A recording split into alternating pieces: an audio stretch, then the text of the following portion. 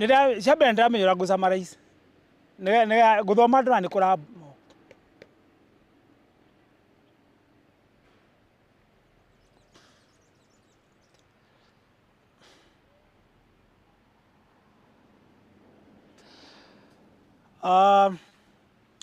Kenyan brethren, my name is Wambugu Nyamo, otherwise or called the Mukui Mondo. A servant of the Almighty Jehovah and a close confidant of Yeshua HaMashiach, and a member of the Mount Kenya Prayer Warriors and the YSF. Today I have called you to give a brief on the state of affairs of this nation. You remember in May, we released another brief on the state of affairs of this nation, and I'm not going to dwell on those things because most of them have not changed. You can refer them to our earlier statement on the state of affairs. But I can summarize a little bit, and I say, dear brethren, you know, today we are reflecting on the state affairs of the nation as directed by the Almighty God. And we need to reflect back the last 3 years on what this country has faced and the element of uncertainty. You all remember that our youth, being the Gen Z and the millennials, took to the streets to protest injustices and misgovernance and opulence in this nation. And you all know in 2024, it ended with the storming of Parliament.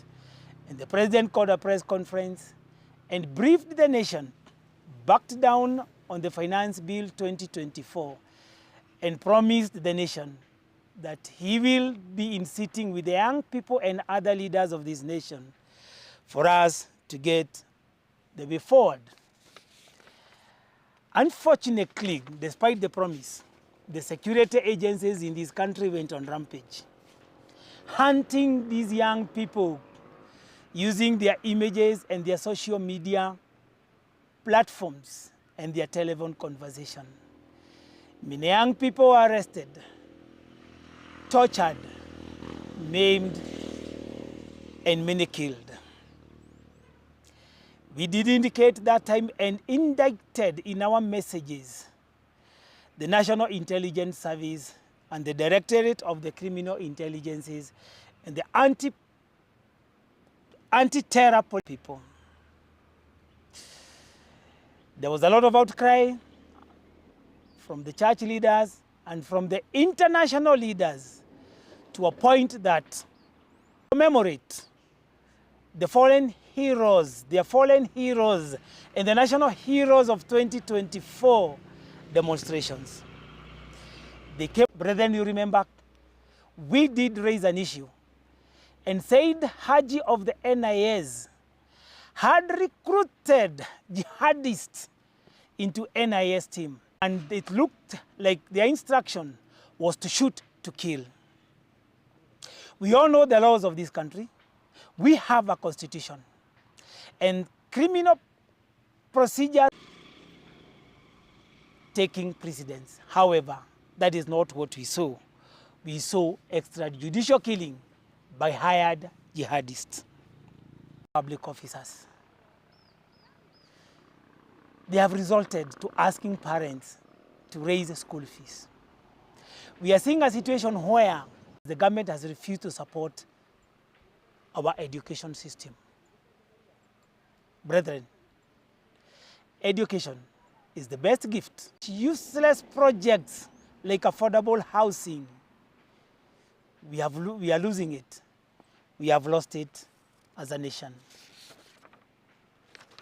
Brethren, Kenyan brethren, money expenditure, and most of this money is borrowed. We've become so bad managers that we're even borrowing commercial loans for recurrent expenditure. Inflation has dropped from 5% to 4%. Dropped to who? Is the Kenyan common man feeling the effect of the reduced inflation? Actually, millions of our young people are not employed.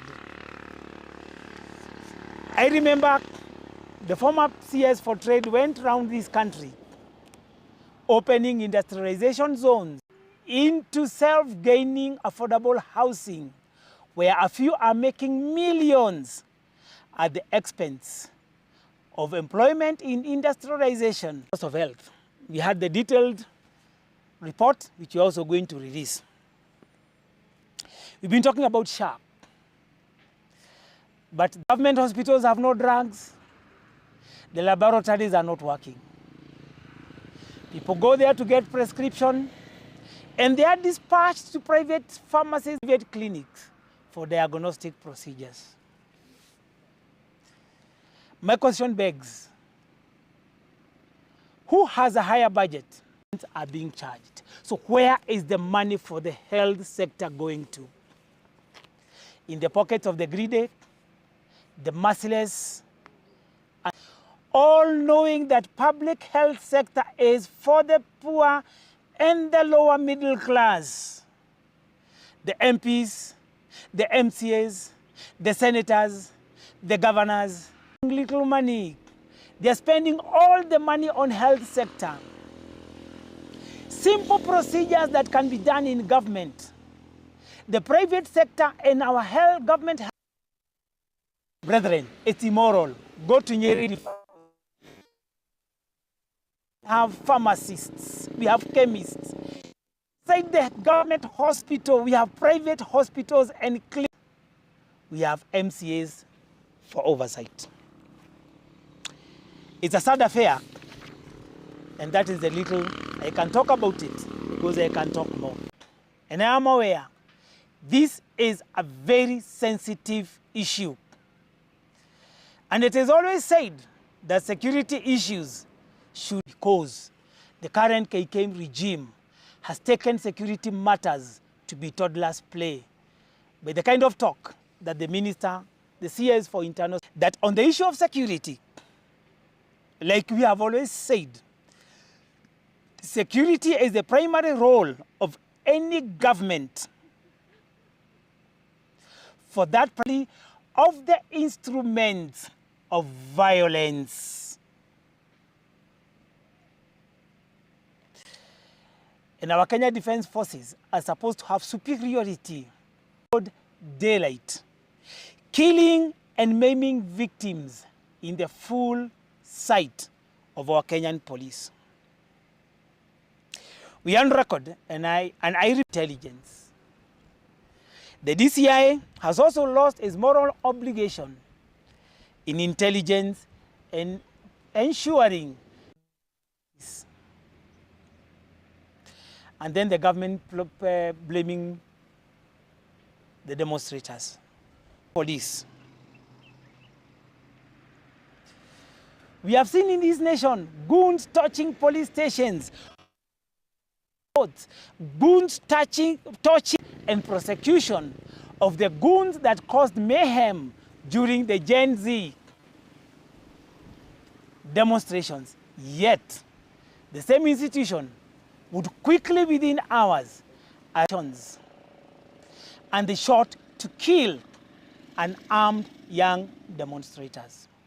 And one of the leading political opposition leaders, we did raise a statement in this same place we are, where we did indicate that there was a center, a center in Maram, some killed. And we even indicated without fear and favor that some of them were buried in Marmanet forest. And most of the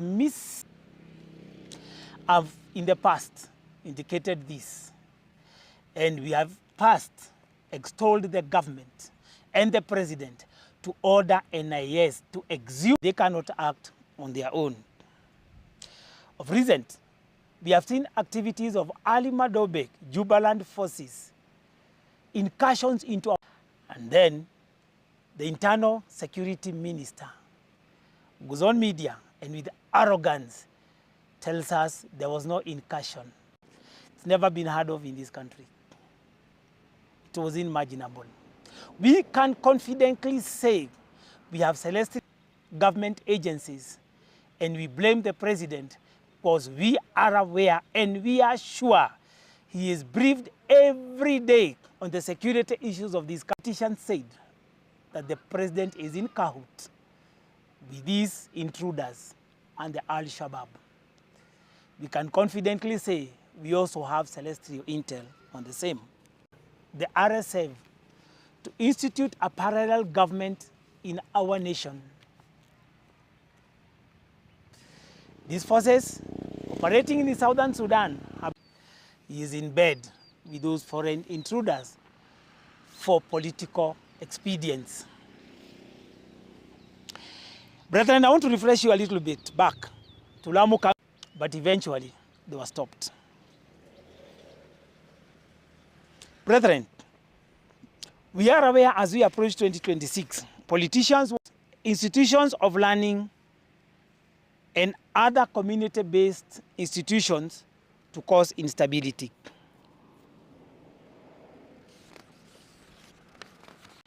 And others are being recruited both by the state and the politicians, so that if there be an election, which will not be, they'll cause disruption inserted here.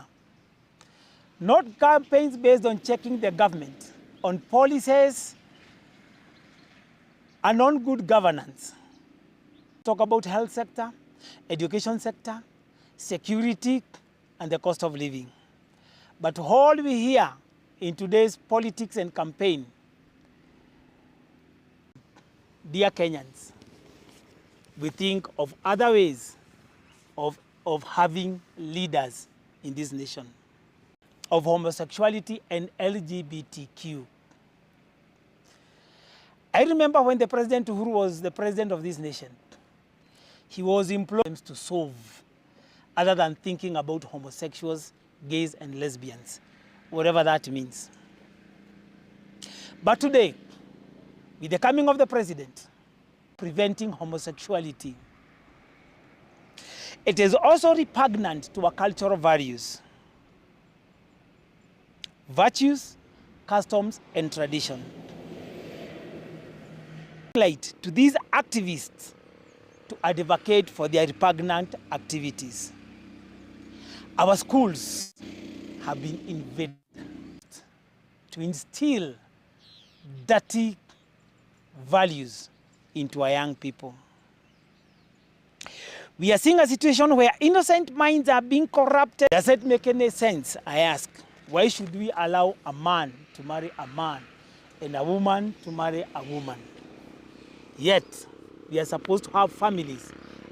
And any form of LGBTQ activity is the same as defiling our culture, defiling our traditions, virtues, and values. But most important, that no man should sleep with another man and no woman should sleep with another woman. Brethren, Kenyan brethren, I want to touch on another very sensitive issue where hundreds of bodies have been exhumed and even up to recent. Ask yourself, if the DCI and NIS could the Shakahola and Kware human sacrifices, is it even believable?